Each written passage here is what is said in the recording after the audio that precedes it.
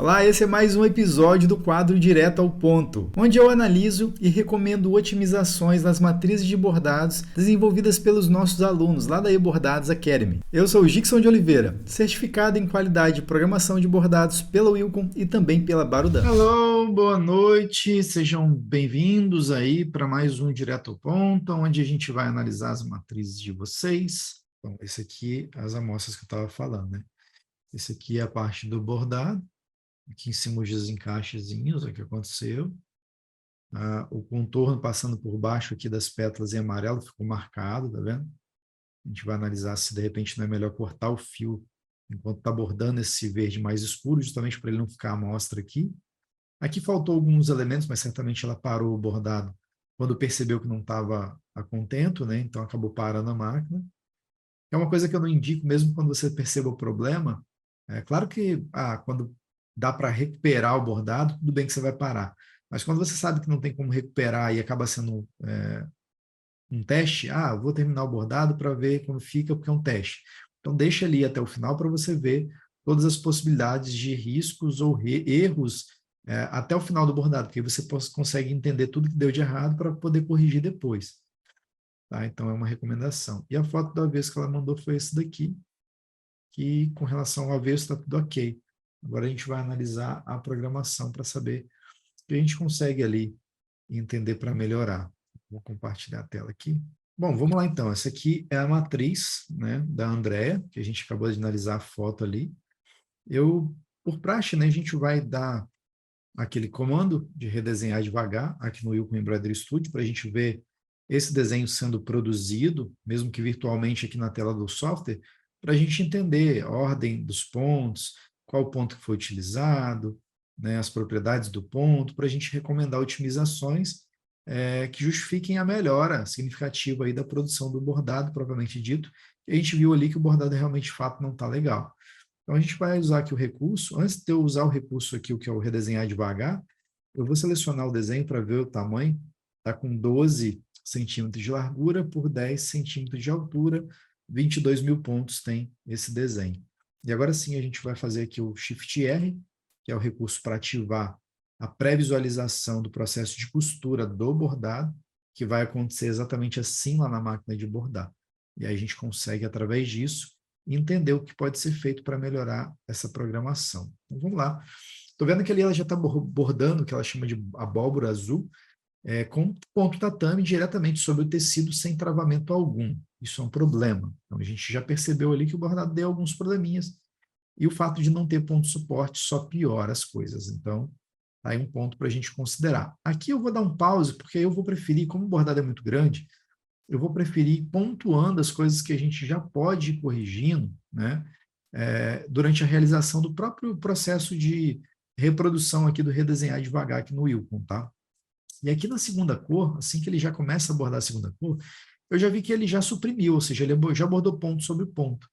Então, aqui nessa área, ele já está abordando o tatame por amarelo, né, dessa parte do.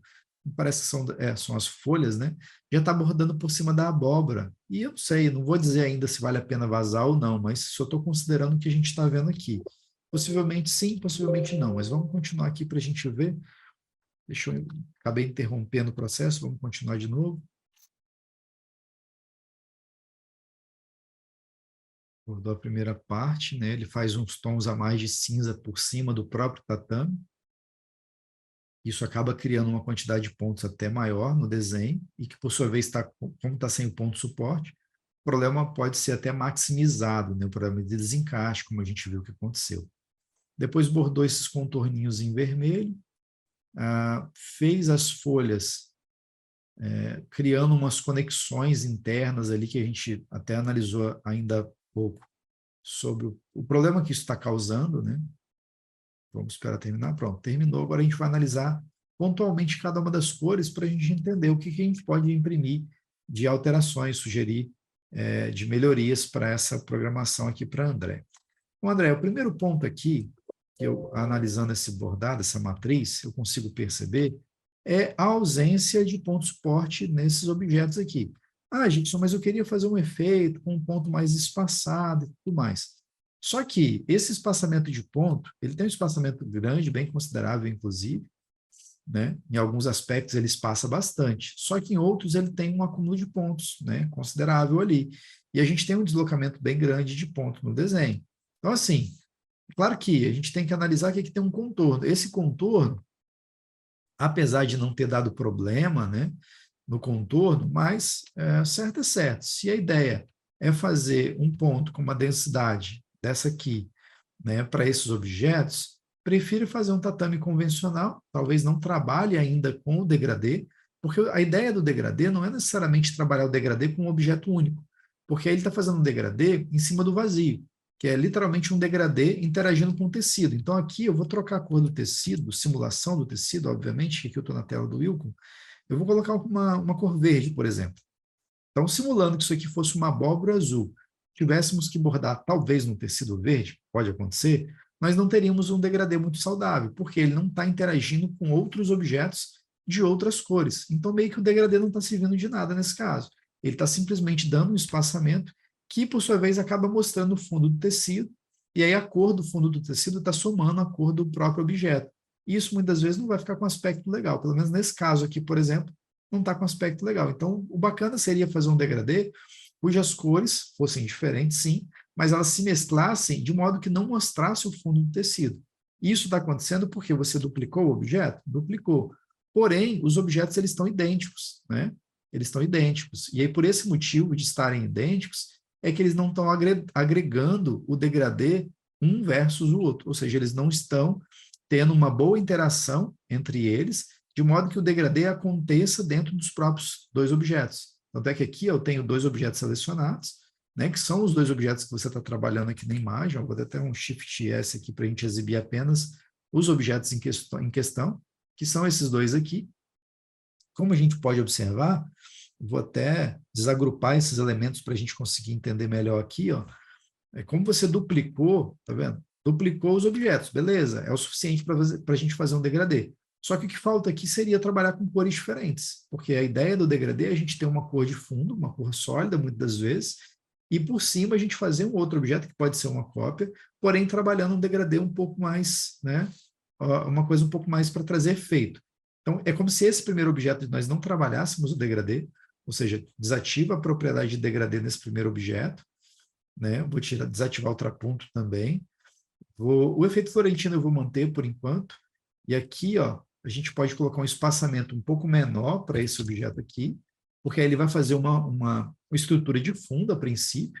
E no objeto seguinte, que é o que você quer aplicar o efeito, você trabalha uma cor, um tom sobre tom, né? Então, aqui no caso, o tom da cor 10 seria o tom sobre tom que você daria para esse degradê realmente acontecer entre as cores da linha do bordado, e não o objeto em relação ao tecido, que não fica uma coisa muito apresentável.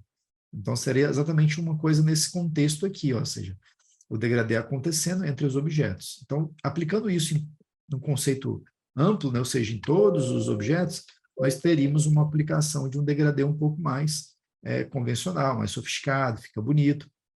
E aí, claro, não tirando aquela recomendação inicial de ponto suporte. Para esse objeto aqui, trabalharemos sim com ponto suporte aqui, que seria mais adequado trabalhar com ponto suporte tatame ou tatame duplo, né, para ele travar bem o tecido antes de, propriamente dito, bordar esses pontos do tatame, que o tatame ele tem uma carga de pontos considerável, então ele repuxa bastante o tecido.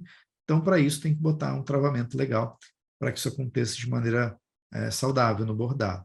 E aí o degradê você pode trabalhar com outras cores, né, outros tons, você pode editar, por exemplo, a cor 10 aqui, ó, pode botar um tom um pouco mais escuro, como a história da abóbora é um tom de azul, né? Esse é o conceito da abóbora. Então você pode puxar aqui para um tom de cinza mesmo, só que mais azulado, né? Um tom de cinza aqui embaixo, por exemplo, na paleta, né? Um tom de cinza para mais azulado, por exemplo, um pouco mais acentuado, para ele dar esse efeito de abóbora azul, que é o conceito da sua matriz. Só que aí, nesse caso, como eu apliquei uma densidade um pouco mais elevada, né? Nesse primeiro objeto, colocando um enchimento em 0,80, se quiser colocar menos, pode também, mas aí tem que lembrar que vai aumentar a quantidade de pontos do desenho, consecutivamente você vai ter que entretelar mais, colocar uma entretela com uma gramatura maior, para o tecido conseguir resistir e o bordado ficar bonito, tá? Então você pode diminuir sim a densidade, principalmente nessa primeira estrutura, desses primeiros objetos, né, que vão compor ali a estrutura principal, para depois você fazer os objetos na sequência que irão compor o degradê, que se a gente for analisar, seria essa proposta aqui, né, fazendo aí o uso do tom de azul. E aí, claro, você aplicaria em todos os gomos aqui da abóbora. Tá? Seria esse a parte conceitual do degradê e a parte estrutural que vai resolver ali o tatame. Agora, falando das próximas cores, para a gente não ficar aqui agarrado na primeira cor toda a vida, que é só replicar esse mesmo conceito para os demais gomos da abóbora, vamos trabalhar aqui o estudo das próximas cores. Bom, aqui a gente tem as folhas, né? Essa comunicação interna entre as folhas. Eu não faria essa interconexão, vamos chamar de conexão, né? Eu não faria essa conexão entre esse grupo de folhas, justamente por quê? Porque como a gente viu na foto ainda há pouco, a gente tem a presença de alguns objetos mais escuros, tá? E algumas linhas mais escuras, outras linhas mais claras, e por conta disso, a gente acaba correndo o risco, né, de bordar uma linha mais escura, ou até mesmo o próprio cliente, quando vai bordar isso, ele acaba trocando a cor do bordado, que está tudo certo, inclusive, é possível, é permitido, tá? Só que por conta da gente ter feito com que os objetos que estão distantes fossem conectados por esses caminhos, quando são utilizados cores mais escuras, e na sequência vem um bordado de cor clara, essa linha acaba aparecendo no fundo. Então, nesse caso, o ideal realmente seria você não fazer essas conexões entre esses objetos. Quando os objetos estão próximos, está tudo bem, né? Porque é um saltozinho pequenininho, você vai lá e faz uma conexãozinha. Agora, nesse caso aqui, igual, por exemplo, no vermelho, que é a próxima cor, essa, por exemplo, ó, principalmente, vamos ver aqui o formato do vermelho. Ó, por exemplo, o vermelho, ele tem esse formato aqui, ó. Essa área aqui do vermelho, eu vou até fazer o seguinte aqui, eu vou mudar a cor, eu vou colocar o vermelho por último, tá? Não é o adequado nesse caso, mas só para a gente enxergar por onde ele está passando. Então, ele está passando por baixo dessa flor rosa. Então, se porventura o cliente usa esse contorno vermelho, uma cor muito forte, muito acentuada, e usa uma cor clarinha nessa pétala dessa rosa, pode acontecer, tá? Como a gente viu na foto aqui, inclusive aconteceu com a sua amostra, essa linha de cor mais forte acabar aparecendo por baixo da pétala. Eu, particularmente, não gosto. Então, por esse motivo, o ideal seria cortar. Aqui, como você fez um objeto único, né, inteiriço, teria que realmente usar a faca para cortar esses objetos, né, em pontos estratégicos aqui, de modo que você vai permitir que ele fique exposto somente onde ele é a representação ali de um contorno. O caso aqui vem até aqui, para aqui. Aí aqui você vai efetuar um corte. Esse corte, por sua vez, pode ser feito exatamente nessa posição aqui e nessa posição aqui. Esse seria o corte que eu indico para esse contorno. Aí essa partezinha aqui você deleta. Por quê? Porque ela não vai ser exibida no desenho, não faz parte do contorno, da questão visual do contorno, e pode aparecer por entre os pontos quando bordar a pétala. Isso também vale para essa parte que está passando aqui por baixo dessas pétalas também. Tá? Então, para continuar, eu vou voltar à ordem anterior aqui, só para a gente aplicar o mesmo raciocínio, por exemplo, nessa folhagem verde. E, de novo, se for usado um tom mais escuro, que inclusive foi o que você fez, conforme eu vi a foto do bordado, você usou um tom de verde bem escuro. E aí deu para ver essa linha aqui, ó, aparecendo por baixo da pétala amarelinha clarinha que você bordou, que no caso aqui está um tom de salmão, né? Mas ela apareceu por entre os pontos do ponto cheio, por quê? Porque é uma linha de cor mais escura. E só aconteceu porque você fez essa conexão aqui. Então, nesse caso, pode sim remover. Aqui, nesse caso, como você fez um corrido simples, o ideal seria recortar aqui, né? Ou recortar, ou refazer as conexões. Talvez recortar não seria o ideal.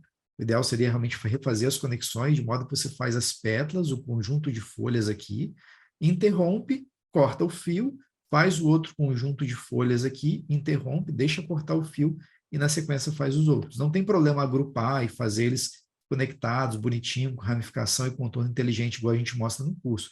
Não é esse o problema. O problema é esses saltos aqui, esse corrido simples, essa conexão aqui que ficou muito exposta, né? Que mais? Bom, basicamente isso. Deixa eu ver aqui a parte de finalização do desenho. Os próximos objetos. Aqui tudo certo. Esse aqui é o preenchimento. Esse preenchimento, da mesma forma que eu falei lá atrás sobre a abóbora, né, o preenchimento da abóbora, pela ausência da estruturação, que a estrutura ele é o que vai travar o tecido, que é o ponto de suporte. Então, tem que ter o ponto de suporte.